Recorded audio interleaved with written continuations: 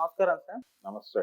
Sir Tollywood producers పైన IT raids జరగడం వలన ఇటు అల్లు అండ్ మెగా ఫ్యాన్స్‌కి మధ్య మరో వార్ క్రియేట్ అయింది సార్. అంటే ఇటేమో రామ్ చరణ్ గారి ఫ్యాన్స్ ఏమో అంటే 'పుష్ప' సినిమాకి మీరు 18,00,00,00,000 పోస్టర్‌లేసుకున్నారు గదా! ఆ ఫేక్ కలెక్షన్స్ వల్ల, ఆ ఫేక్ పోస్టర్‌ల వల్లే మీ మీద ఐటీ రైట్స్ జరిగాయని వాళ్ళు.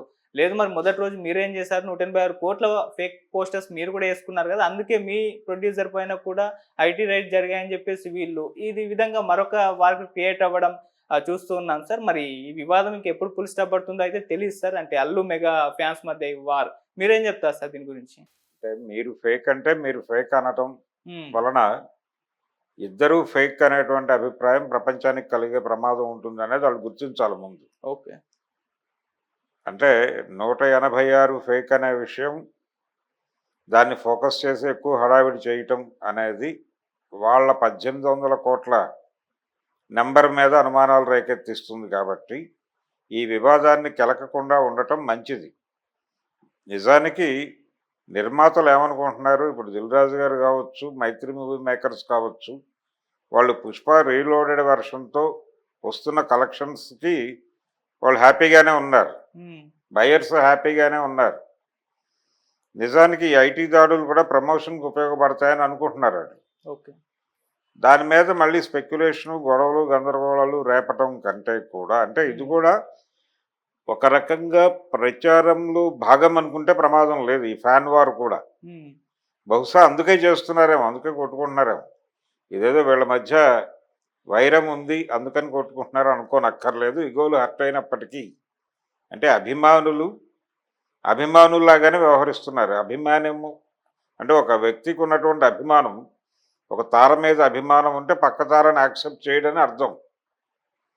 అందుకని వాళ్ళు యాక్సెప్ట్ చేయట్లా. వాళ్ళు గేమ్ చేంజర్ని యాక్సెప్ట్ చేసే మూడ్లో లేరు వాళ్ళు. ఓకే. అందుకని ఈ యుద్ధం జరుగుతోంది. ఇది జరుగుతుంది, ఇది సహజం. అంటే చాలా కాలం క్రితం రామారావు గారు, నాగేశ్వరరావు గారు ఒక ఊళ్ళో వెళ్తూ, హ్మ్. మా అంటే మీ సినిమా పోస్టర్ల కంటే నా సినిమా పోస్టర్ల మీద ఎక్కువ పేడ ఉంది కాబట్టి మీ అభిమానులే ఎక్కువ ఉన్నారు ఇక్కడ అన్నట్టు నాగేశ్వరరావు గారు రామారావు గారితో. అలాంటి పరిస్థితి. అంటే వాళ్ళ మధ్య స్నేహం ఉన్నా కానీ అభిమానుల మధ్య ఒక గొడవ నడుస్తూ, ఒక స్పర్ధ నడుస్తూ ఉంటుంది. ఓకే. ఆ స్పర్ధలో భాగంగానే దీన్ని చూడాలి. అయితే గేమ్ చేంజర్కి సంబంధించి వాళ్ళు అనౌన్స్ చేసినటువంటి ఫిగర్ని అది కరెక్ట్ కాదు, ఇలాంటి నెంబర్లు వేయటం అనేది ఇబ్బందికరమైన పరిస్థితులకి, అలాగే మన క్రెడిబిలిటీని క్వశ్చన్లో పెడుతుంది అనే ఉద్దేశంతో ఇలాంటివి చేయొద్దని రామ్ చరణ్ యూనిట్ని కోరినట్టుగా కూడా ఒక వార్త చూసాం మనం అప్పుడు. హ్మ్. ఆ తర్వాత వాళ్ళు నెంబర్లు ప్రకటించడం అనేది ఆపేశారు దాదాపుగా. అయితే మొదటి రోజు వెరీ ఫస్ట్ డే 4:00 షో దగ్గర నుంచి మొదలు పెడితే అది కొంత ఊపు చూపించింది. ఓపెనింగ్స్ బాగానే ఉన్నాయి ఆ సినిమా కంపారిటివ్గా ఈ సినిమాలతో పోలిస్తే. హ్మ్. ఈ సినిమాలు డల్గా మొదలైనాయి. ఏవి ఇప్పుడు సక్సెస్ఫుల్గా సంక్రాంతి బరిలో గెలిచిన 2 సినిమాలు, అది సంక్రాంతికి వస్తున్నాం కావచ్చు, లేదా బాలకృష్ణ గారి సినిమా కావచ్చు, ఈ 2 సినిమాలకి ఓపెనింగ్స్ కంటే కూడా గేమ్ చేంజర్ ఓపెనింగ్స్ బెటర్గా ఉన్నమాట వాస్తవం. ఓకే. అలాగే 'పుష్ప' రీలోడెడ్ వెర్షన్కి కూడా జనాలు విపరీతంగా వెళ్ళారు థియేటర్లకి. హ్మ్. ఇది కూడా వాస్తవమే. కాబట్టి మార్కెట్ ఉంది, అల్లు అర్జున్కి మార్కెట్ ఉంది, అలాగే రామ్ చరణ్కి కూడా మార్కెట్ ఉంది. మార్కెట్ని థియేటర్ల వైపు నడిపించగలిగేటువంటి కంటెంట్ ఉన్న సినిమా పడితే 'పుష్ప 2' అవుతుంది, ఓకే. లేకపోతే గేమ్ చేంజర్ అవుతుంది అనేది అయితే మనం అర్థం చేసుకోవాలి హ్మ్. ఈ గొడవ నుంచి. అందుకని రామ్ చరణ్ కొంచెం సబ్జెక్టుల దగ్గర కేర్ తీసుకోవాలి, కంటెంట్ దగ్గర కొంచెం కేర్ తీసుకోగలిగితే అతనికి ఉన్నటువంటి ఇమేజ్కి డెఫినెట్గా అతను రేస్లో ముందుండే అవకాశం ఉన్నటువంటి హీరోనే. అతని సత్తా ఏమిటో కూడా ఈ సినిమాలో నటుడిగా ఆయన చూపించాడు. ఆ అప్పన్న క్యారెక్టర్ ద్వారా మంచి పెర్ఫార్మెన్స్ ఇచ్చాడు అతను. అంటే అతన్ని ఉపయోగించుకోవటంలోనూ, అతని స్టార్డమ్ని ఎఫెక్టివ్గా ఫ్యాన్స్కి కనెక్ట్ చేయటంలోనూ డైరెక్టర్ గారి వైపు నుంచి తప్పులు దొర్లి ఆ సినిమా పరిస్థితి అలా తయారైంది. అందుకని గేమ్ చేంజర్ ఒక రకంగా డైరెక్టర్స్ ఫెయిల్యూర్ తప్ప రామ్ చరణ్ ఫెయిల్యూర్ కాదు. అది రామ్ చరణ్ ఫెయిల్యూర్గా దాన్ని ప్రొజెక్ట్ చేయడం తప్పు. ఆయన ప్రాపర్ కంటెంట్ అనుకోలేదు, అతని మీద ఉన్నటువంటి ఇమేజు, ఇతర అంశాల రీత్యా అంగీకరించేసి ఉండొచ్చు, చేసి ఉండొచ్చు కాగా. కానీ అతను నటుడిగా ఫెయిల్ అయినటువంటి సందర్భం అయితే కాదు. అందుకని అనవసరంగా ఈ విషయాన్ని రచ్చ చేయటం కన్నా కూడా ఆల్రెడీ వాళ్ళు ప్రొడ్యూసర్లు అనుకుంటున్నట్టుగా ఇది ప్రమోషన్కి ఉపయోగపడే అంశమే. మా సినిమా ఇన్ని కోట్లు కలెక్ట్ చేసింది అనే దాని మీద మేము నిలబడి ఉన్నాము.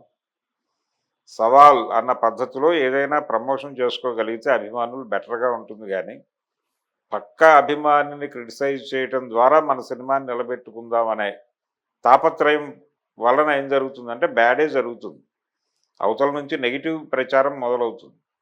ఏ విధంగానూ నెగిటివ్ ప్రచారం జరగకుండా చూసుకోవటం అనేది అవసరం. అందుకని వీళ్ళు కొంచెం సంయమనం పాటిస్తే బెటరు. ఒకటి. రెండోది, ఈ నెంబర్ల గేమ్ మీద రకరకాల అనుమానాలు ఉన్నాయి ప్రపంచానికి. అభిమానులు కొట్టుకుంటున్నారు అనేది పక్కన పెట్టేస్తే పుష్ప 2కి వరుసగా వాళ్ళు నెంబర్లు మార్చుకుంటూ వెళ్ళటం అనే దాని మీద బాలీవుడ్లో కూడా చాలా జోకులు పుట్టాయి. వాళ్ళు ఏమంటున్నారంటే పెద్ద సినిమాలు తీయటమే కాదు, పెద్ద నెంబర్లు వేయటంలో కూడా వీళ్ళే సాటి అని బాంబే ట్రేడ్ సర్కిల్స్లో ఒక మాట నడిచింది. సో ఈ నెంబర్స్ గేమ్ ఏదో సంథింగ్ ఇది కూడా ప్రమోషనల్ యాక్టివిటీలో భాగంగానే చేశారు వీళ్ళు నెంబర్లు అనేది కూడా వినిపిస్తోంది. దీన్ని బట్టి మనం ఏం చెప్పాలంటే ఇప్పుడు ప్రొడ్యూసర్లకి ప్రధానంగా అది దిల్ రాజుకి కావచ్చు, మైత్రి మూవీ మేకర్స్కి కావచ్చు, ఇప్పుడు ఎలాగైతే డిస్క్లైమర్ వేస్తారో, ఏది ఒక ప్రకటన ఇచ్చినప్పుడు కింద కండిషన్ సప్లై అని ఒకటి ఉంటుంది. ఆ కండిషన్ సప్లై అనే లాంటి ఒక డిస్క్లైమర్ వేయాలి. అంటే ఈ నెంబర్లుగానే చూడండి అని. అలాగే ఇలా ఐటీ దాడులు జరగటం అనేది కొత్త ఏం కాదు. గతంలో మహేష్ బాబు సినిమా పోకిరికి కూడా జరిగినాయి ఈ ఐటీ దాడులు. జరిగినాయి. ఇప్పుడు పూరి జగన్నాథ్ ఆఫీస్ మీదకి వెళ్ళారు.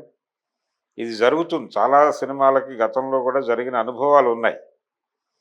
ఈ అనుభవాలన్నింటినీ దృష్టిలో పెట్టుకుంటే కంక్లూడింగ్ ప్రోగ్రామ్ ఏం కనిపించదు వీటిలో. చివరికి ఏం జరిగింది అనేది కంక్లూజన్ ఏమీ కనిపించలేదు. ఏ రోజున ఆ రోజున కనిపించలేదు, ఈ రోజున కనిపించే అవకాశము లేదు. రెండోది, సినిమా ఆల్రెడీ వీళ్ళు డిస్క్లోజ్ చేస్తారు, అమ్మేశారు. అమ్మేసిన వాళ్ళ దగ్గరకు డబ్బులు వస్తాయి. అక్కడికి వెళ్ళి దాడులు చేయాలి. వీళ్ళ దగ్గర దాడులు చేస్తే ప్రయోజనమే ఉంది? దిల్ రాజు దగ్గర లేకపోతే మైత్రి మూవీ మేకర్స్ మీదో పడితే ఏముంది? వీళ్ళ దగ్గర అకౌంట్స్ ఏమైనా దొరికితే ఇతర వ్యాపారాల్లో ఏదైనా వాళ్ళు ఫ్రాడ్ చేసే ప్రయత్నం చేస్తే దొరుకుతుంది. అంత ఈజీగా దొరికిపోయేలాగా వాళ్ళు ఆర్గనైజ్ చేసుకుని ఉండరు. ఓకే. 2-3 అకౌంట్స్ ఉంటాయి. వాటిలో వీళ్ళకి చూపించాల్సినటువంటి అకౌంట్సే వీళ్ళకి చూపిస్తారు. వాటి మీదే జడ్జిమెంట్ చెప్తారు. కానీ నెంబర్ల వ్యవహారంలో మాత్రం కొంత గందరగోళం ఉంది అనే మాట ప్రపంచంలో ఒక ప్రచారం అయితే ఉంది. ఓకే. ఈ నెంబర్ గేమ్ని ప్రజలు విశ్వసించడం తగ్గుతోంది. దీని క్రెడిబిలిటీ పోతోంది. రామ్ చరణ్ అన్నట్టు ఆ క్రెడిబిలిటీ పోయే పరిస్థితి తెచ్చుకుంది కూడా వీళ్ళే. అందుకని ఈ గందరగోళం నేపథ్యంలో ఈ ఫ్యాన్ వార్ని చూస్తే ఇదొక ప్రమోషనల్ యాక్టివిటీ అనుకోవడం తప్ప మనం చేయగలిగింది ఏమీ లేదు. Okay sir, thank you so much. Thank you.